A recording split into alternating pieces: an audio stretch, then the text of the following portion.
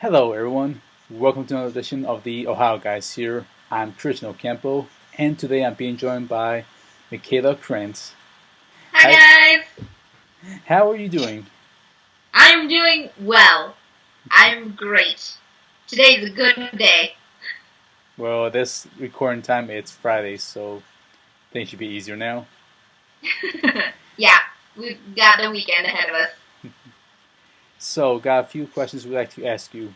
First of all, what is it like working in the industry today? In the like voiceover specific industry or like the entertainment business as a whole. Voiceover. Voiceover. Um, it's it's a little different in that because there are a lot more simulcast things. Like you have to be available every week. Like you can't be gone for too long. Um, so just recently, like a couple days ago, I got an acting gig in London, and Hmm. I have to make sure that like they know so that we can prepare because if they're getting their episodes like by weeks, like per week, then I can't be gone for a very long time overseas. I have to be back so that we can still record the next week's episode or whatever. So in that way, it's kind of different versus like before, if we got the entire season in one go, then we could like record for 6 hours in a day versus, oh, I only have a couple hours for this episode, so I go in for a couple hours and then I have to wait till next week to do the other hours. So that's a little, I don't know. I guess it's a little poopy. I prefer the other way, and the other way, like you knew ahead of time what the overall arc of the storyline was, versus this. Most of the time, it's like I don't know if your character lives to the end of the season or not. We're just gonna have to find out. Um, so that's a little weird too. Um, and at the same time, though, it feels like because there's simulcast, there's a lot more opportunities for different characters, and different shows are popping up all the time. So I guess there are some pluses and minuses to both. There always is. Yeah, for sure. All right. Another question I'd like to ask you: what is your favorite show you have worked on? Hard one, right? What? Yes, That's such a hard question. it sure is. Okay. I really like doing Chio from Chio School Road because it's so dumb and it's so funny and I love it because it's ridiculous. But Chio is basically me, but maybe a little bit wackier. I don't know. So I really like doing that, but it's not necessarily like a challenge. Versus doing something like even doing Doll from Black Butler, like her ending scene in season 3, was super intense, and like I was just a ball of tears in the booth by the time we were done. And so there was a lot of like emotional depth that I got to delve into, which was a lot of fun. There was a lot of meat there. So I like Chio because it's like super fun and easygoing and like lots of comedy and it's just ridiculous and absurd and I love it. But I think maybe doing Doll was something that's close to my heart just because it was so emotionally engaging. And as an actor, that just like gets you going, It fuels your fire. So, I don't know. One of those two. All right. Next question: what was it like working on a real story of Devil? I loved that show. And like there are some shows where I love my character, but I don't necessarily care for the plot. It's just kind of like, okay, cool.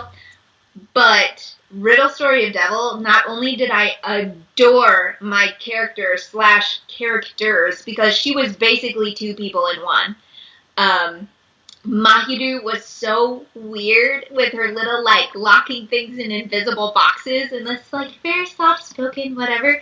And then Shinya was just all over the place, and I loved that her weapon of choice was this gigantic sledgehammer. That was a lot of fun. And one of my favorite parts about that show, towards the end, she has a conversation with herself. Like, Mahiru and Shinya, the two sides of her, have a conversation with each other. So, like, I had to record all of Mahiru's lines, and then we had to go back and record all of Shinya's lines. And that was just really fun for actor brain. It was just, like, mental acrobatics a little bit there, so it was enjoyable.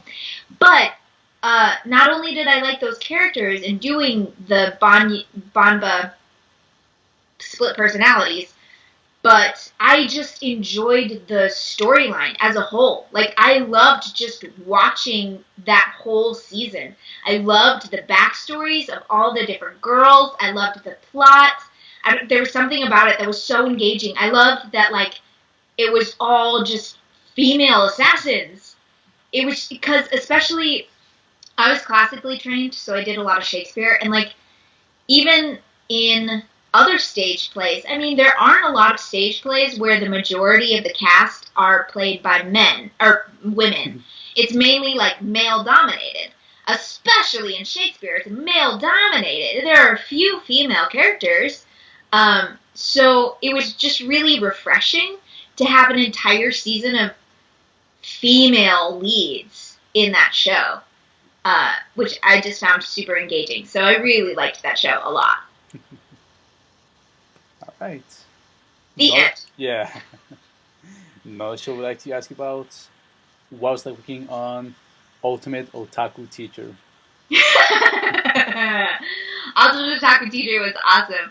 Kyle, as a director, is fun.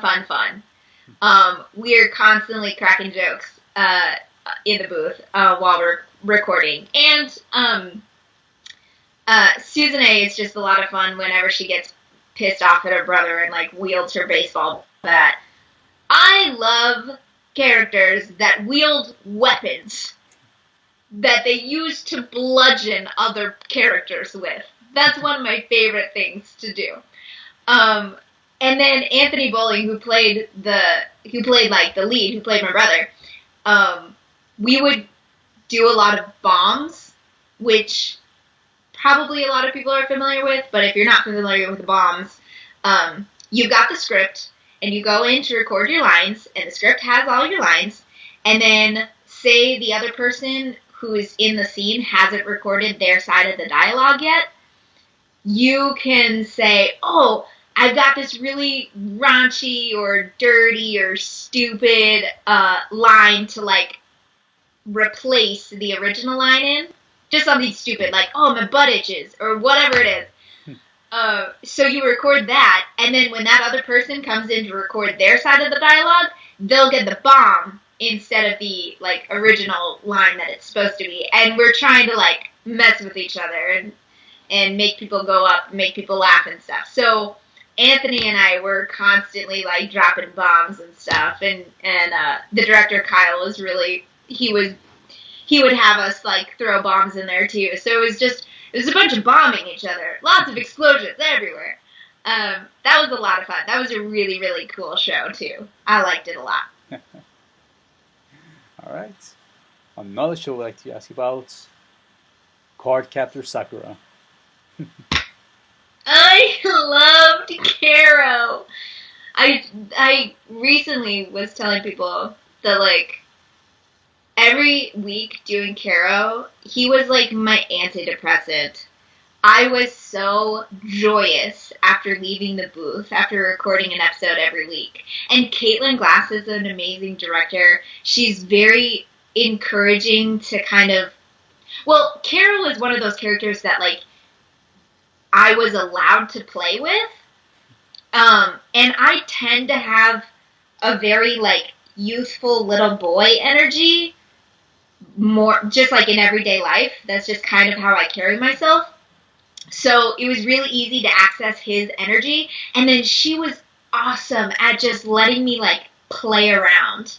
And there were some times that she had to like reel me in, or she was like, let's not. You're pushing the boundaries too far, Mikaela. You gotta like rein it in a little bit. But for the most part, she just kind of let me go and do my own thing and play with him. And he was just such a comedic delight. He was so wonderful to work with, and like, it was really nice to be able to record it and then have because I tended to record most of my stuff before the other actors recorded their stuff. And so it was really encouraging to record my stuff, and then later, like, the other actors would be like, oh my god, you were so cute this week in the episode with Caro or whatever. It was just super encouraging. It was a really supportive cast. Caitlin was super supportive. Just recently, my mother went to China. My mother and my stepfather went to China for the World Yo-Yo competition because they own a yoga company, and they judge for the World Yo-Yo competitions and stuff like that. And they recently found a stuffed animal, Caro, and they bought it for me, and it just melted my heart because I miss him so much. He was so wonderful. And it was really cool when he goes into his full form, I didn't know who was going to play the full form version, and then I found out that it was Sabat, and Chris Sabat came in, and he had to listen to me, which is awesome, because I'm usually the one who plays the younger version of, lead male characters, and so I'm the one who's forced to, listen to whoever is the lead, and, make sure that I match their style and technique or whatever. So I'm not creating that character. I'm just kind of using whatever scaffold they give me. But this time, I was the one who got to record first, and he had to play off what I was laying down, and that made me super happy. So, Sabat had to, take his inspiration off of my originality, which was cool. And he did an excellent job. So that was a fun show. I liked it. Overall, I liked it. That's an awesome backstory. I gotta say that. It's great. All right. Another question, and here's one of my favorites of franchise series, Steins Gate Zero. What was it like on that show? I wish that I had been in the original Steins Gate, because I didn't know about this show until I got Steins Gate Zero. And Fubuki won. She's awesome. And she's basically my voice. And she was just fun to be.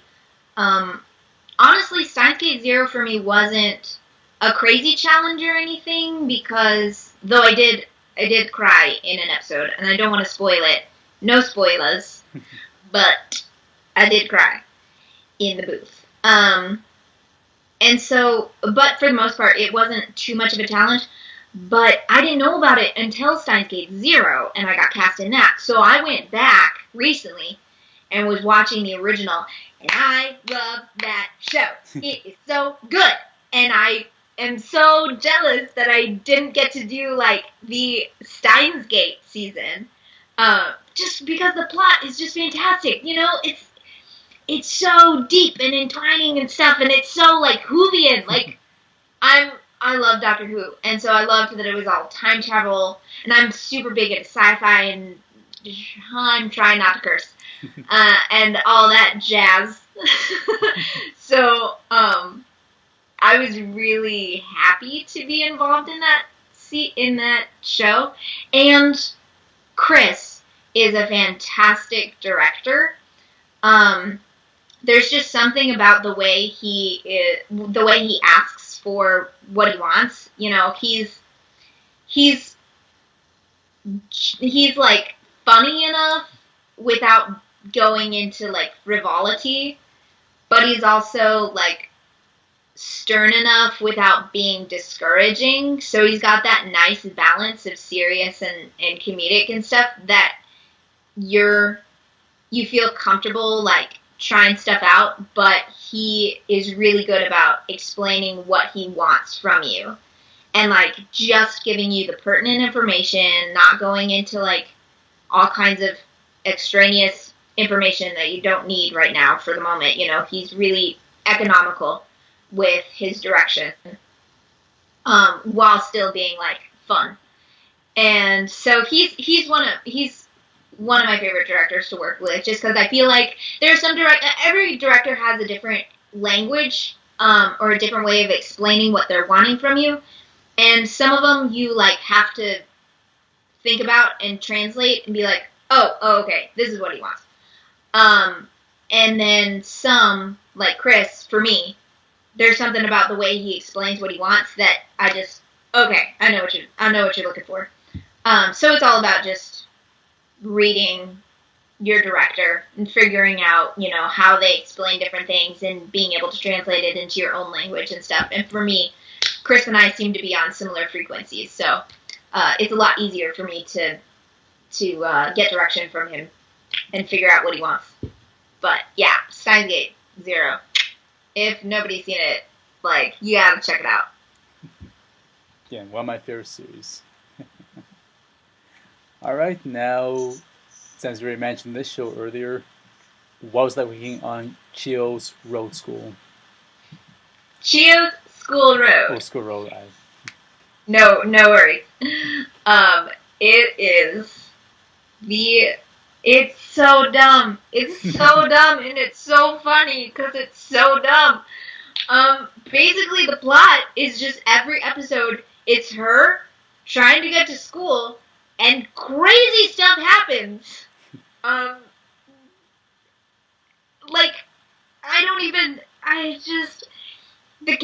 other characters that surround her are fantastic. She's a total nerd, so right up my alley.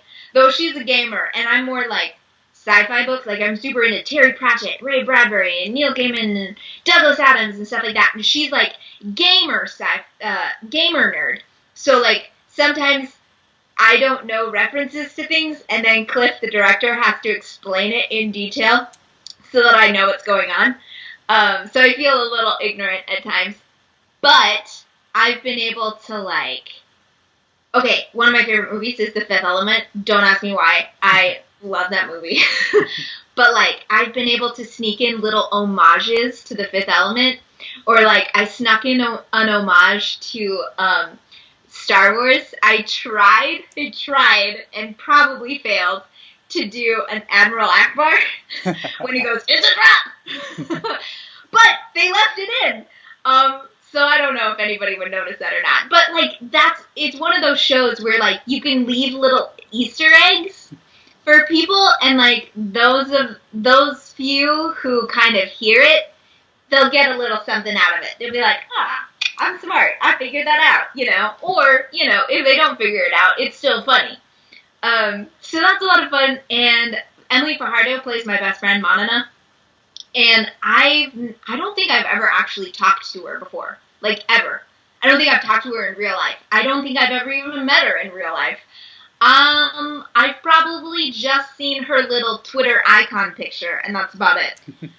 But, somehow, getting in the booth and recording together, like, you know, I record, she records, whatever, hearing her voice, it really feels like we've got some really great chemistry going on between the two of us, between Chio and Manana.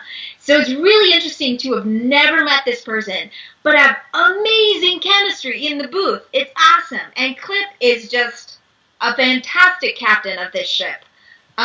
He's been able to help us navigate all kinds of turbulent waters. I'm getting way deep into this metaphor. Let's dig ourselves back out. It's just a great show. It's a lot of fun to be in, and it's so stupid, but it's so funny. So I highly recommend it. If anybody wants a good laugh, check out Chio's School Road. It's very lighthearted. It's awesome. And you don't need to know why things happen. It's all random. Say it again. No explanations needed to watch the show. It's all random. Yeah. Just dive in. All right, and here's another show that just came out recently. What was that working on Magical Girl Raising Project? That is a perfect example of what I'm talking about with the simulcast, being like unable to figure out where your character ends up by the end of the season. Because I've heard from Jade, the director, that my character, I play Calamity Mary. I've heard from her that Calamity Mary is cray, but I haven't seen her arc yet because it's simulcast, so we only get like an episode per week. So I'm just waiting. I'm gripping my chair in anticipation for when she has her like crazy freak out moment because I know it's coming. Other than that, she is awesome to voice regardless of like wherever she ends up. If she dies in the middle of the season, I don't care because it was a joy to play her up until that point. I don't know what happens to her. But she, a lot of times I play like Rosia from Show by Rock and she's like way up here. Or like I'll play, the class president and she's super proper and everything has to be like organized and on time or whatever. And lots of like high school girls or little boys. And I'm playing little boys, whatever. But Calamity Mary, she is like in her lower register. She's down here, right? And she's got this deep southern accent going on, right? And I love living in that lower register because like you can just feel your whole body vibrating in that low center of yourself. And it feels so good. Like cats, oftentimes when they purr, it's like a form of self-healing because it like sends these healing frequencies throughout their body. And that's what it feels like being Calamity Mary. Is like I'm hitting these like lower, like these low frequencies are just emanating from my body and it feels so good. It's delicious. So I really enjoy playing Calamity Mary because she sits in that low center of my body, Feels so good. I can't wait to see how that ends. Yeah. I'm excited. All right. Now we have a funny question we like to ask you. If you can be any character you have played in real life, who will you be? And you can mix and match. Wait, so I can be like two characters in one? Yes, or more. And it's characters that I've played? Yes. Holy bejesus! I would like the intelligence and knowledge of Ryu from Snow White with the red hair, because he's super into herbology. I don't know what the term is, but like he knows all these different poisons and like knows about all these different plants and stuff, and knows how to create different like concoctions for healing brews or to kill people or whatever. So I would love that knowledge. I would love the musical skills of Rosia from Show by Rock, because she shreds on the guitar. Though I did have to sing for her, and I can actually sing, so I don't need her skill because I already got it. I would like the confidence of Clementine from Overlord, even though she gets offed in the first season. Her confidence is through the roof. Like she is, like she's certain that she's gonna defeat whatever his name is, Skeletor. I don't know what his name is. I can't remember. There are too many shows. But like her confidence is way up here, and I would love that kind of confidence. And I'm trying to think of like who I would want to look like. It's a tough one. I know, right? I hmm. I think I'd like. I really like the look of Mahiru slash Shinya from Riddle Story of Devil. I just like. I don't know. There's something about that scar across her face that I find really intriguing. Though I don't know if I could deal with all of the hair. She has so much hair. It's just long white. I love the white, but I don't think I could deal with all of the hair. But I guess she would be what I would like to look like if I could choose a physical form. That was so detailed. But Yeah. I like it. Sorry. No, it's fine. I ramble.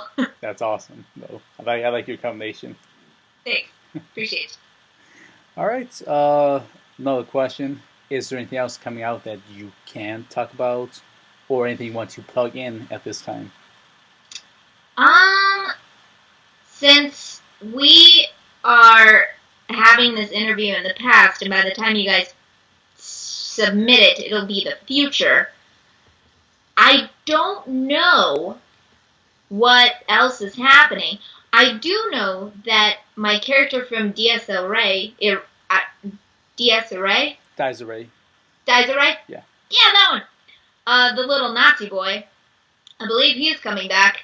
And I've heard that he has a scene that is quite a showstopper. I don't want to spoil it, but I'm excited for that. So that'll be coming out in the future, probably around when you guys are sending this interview out. Other than that, there isn't too much that's like in the future that I can talk about.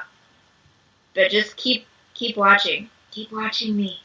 Just follow me. Follow me on Twitter or something. I don't post very often, but I post whatever I'm doing. It's my name, Mikaela J-O Krantz. All one word. I'm on Facebook. I'm on Twitter. I think I'm on Instagram. I also don't use it very often, but it's on there. I'm on there. So you can follow me, and then you can keep up to date with all the stuff that I'm doing. Okay. Well, that was our last question. You actually answered for us already. So thank you for that. Boom. All right. Well, I want to thank you for letting us interview you. We, the Ohio guys, appreciate it. It was awesome meeting you guys. It was. I'm excited. I'm looking forward to seeing this interview. So am I. Well, so everyone else. All right. Well, thank you. And I want to thank our viewers for tuning in to this other episode of the Ohio Guys. Thank you all. We'll see you next time. I'm Christian. And I'm Mikaela. Bye now. Bye-bye.